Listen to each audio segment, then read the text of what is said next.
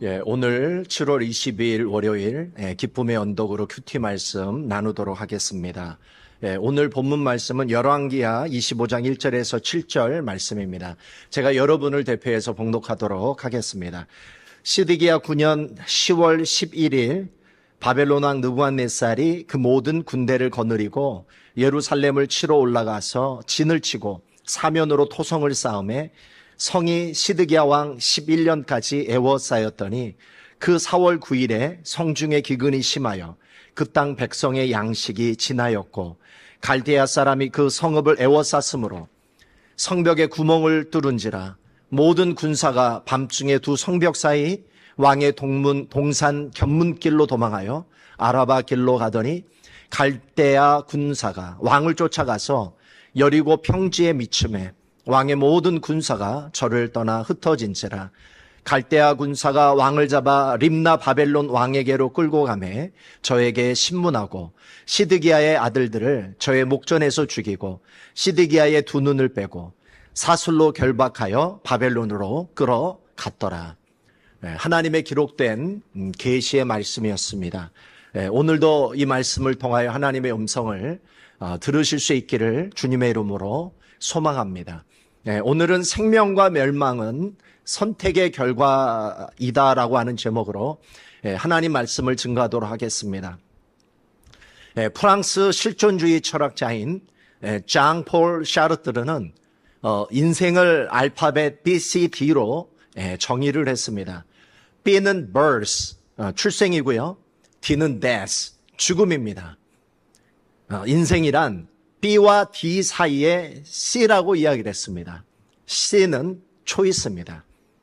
인생은 선택이라는 것이죠. 남유다 왕국 마지막 왕인 시드기야 앞에는 두 가지 길이 있었습니다. 하나는 생명의 길이고 또 다른 하나는 멸망의 길이었습니다. 여러분, 어떤 사람이 멸망의 길로 가고 싶은 사람이 어디 있겠어요? 그러나 시드기야는 잘못된 선택으로 멸망의 길로 가게 되었습니다. 왜 그는 멸망의 길로 가는 잘못된 선택을 하게 되었을까요? 우리는 어떻게 해야 시드기야와 같이 잘못된 선택이 아닌 생명의 길을 선택할 수 있을까요?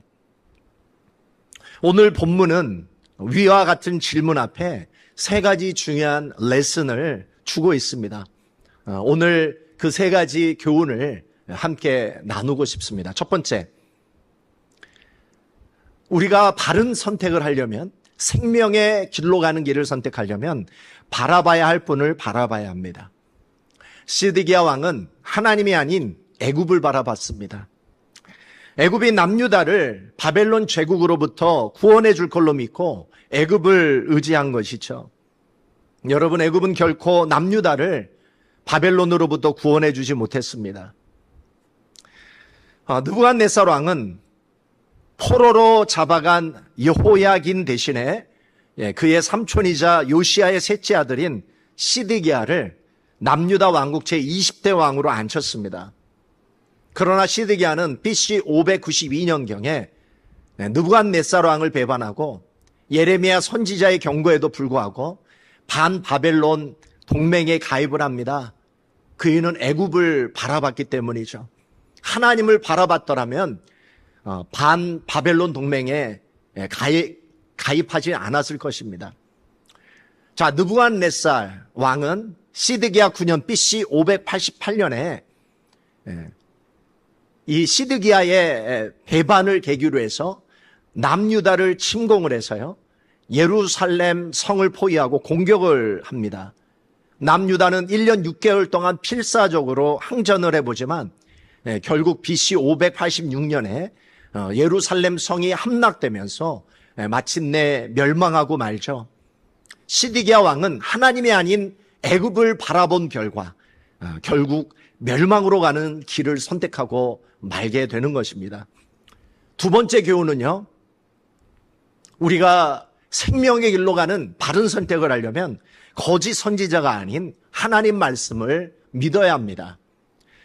자, 예루살렘 성이 바벨론에 포위되자 거짓 선지자들은 하나님께서 임재하시는 예루살렘 성전이 있는 예루살렘 성은 결코 멸망되지 않을 것이라고 이야기를 합니다. 그래서 끝까지 싸우자고 시디기야 왕을 충고를 하는데요. 여러분, 예루살렘 성전에는 무엇이 있습니까? 그 지성소 안에는 법궤가 있고요. 그 법궤 뚜껑이 속죄소인데 하나님의 임재가 이 속죄소 위에 임재한다고 율법이 말씀하고 있잖아요. 자, 하나님의 임재가 있는 이 속죄소가 있는 이 예루살렘 성전이 있는데 하나님의 이 도성 예루살렘 성이 망하겠느냐? 이것이 거짓 선지자들의 논리였어요. 자, 그런데 시드기야 왕은 이 논리에 설득이 되고 말았습니다.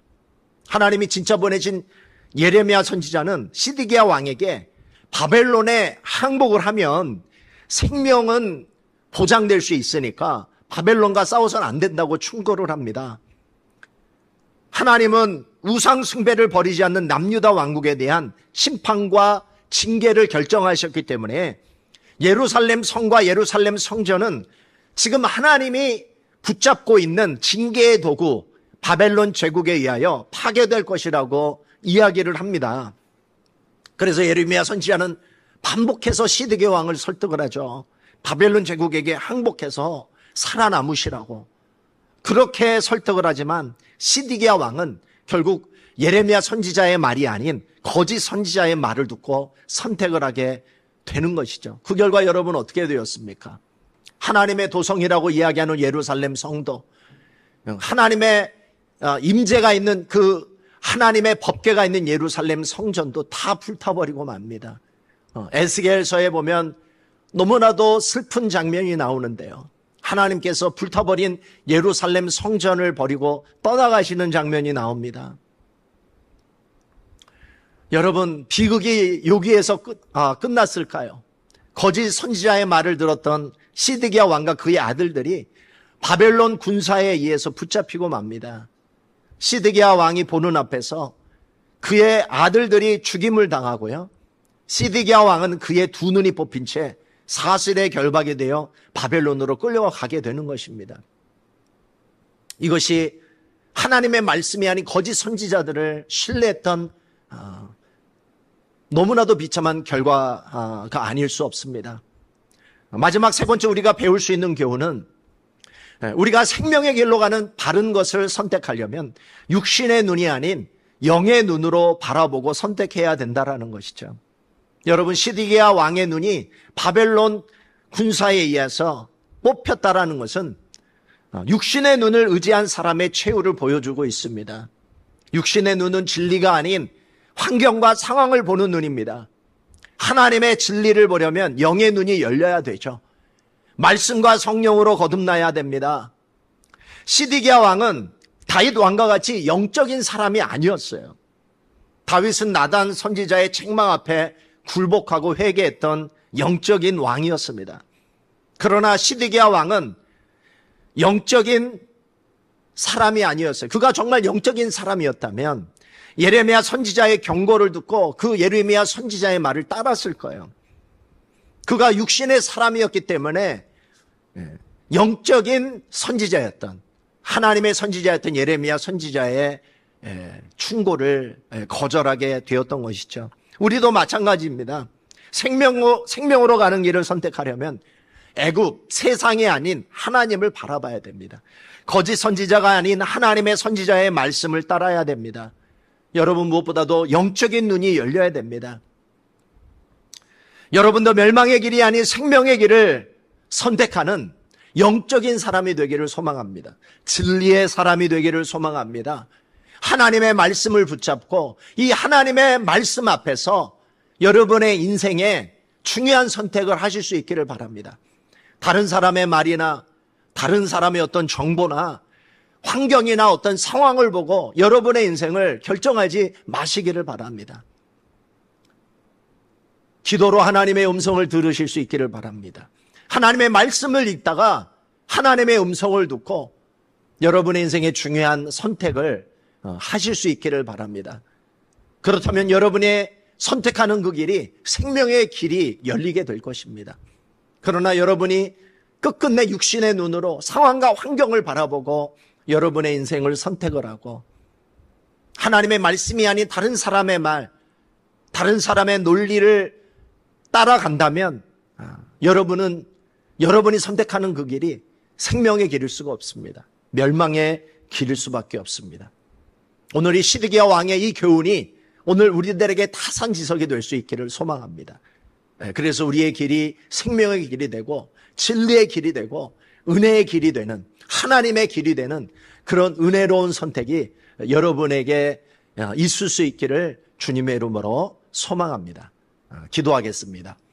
아버지 하나님 감사합니다. 오늘 이 말씀을 통해서 우리가 많은 교훈을 받게 됩니다. 인생은 수없이 많은 선택의 연속인데 하나님, 우리가 생명의 길을 선택하는 바른 결정, 바른 선택을 할 수 있도록 주님 도와주시옵소서.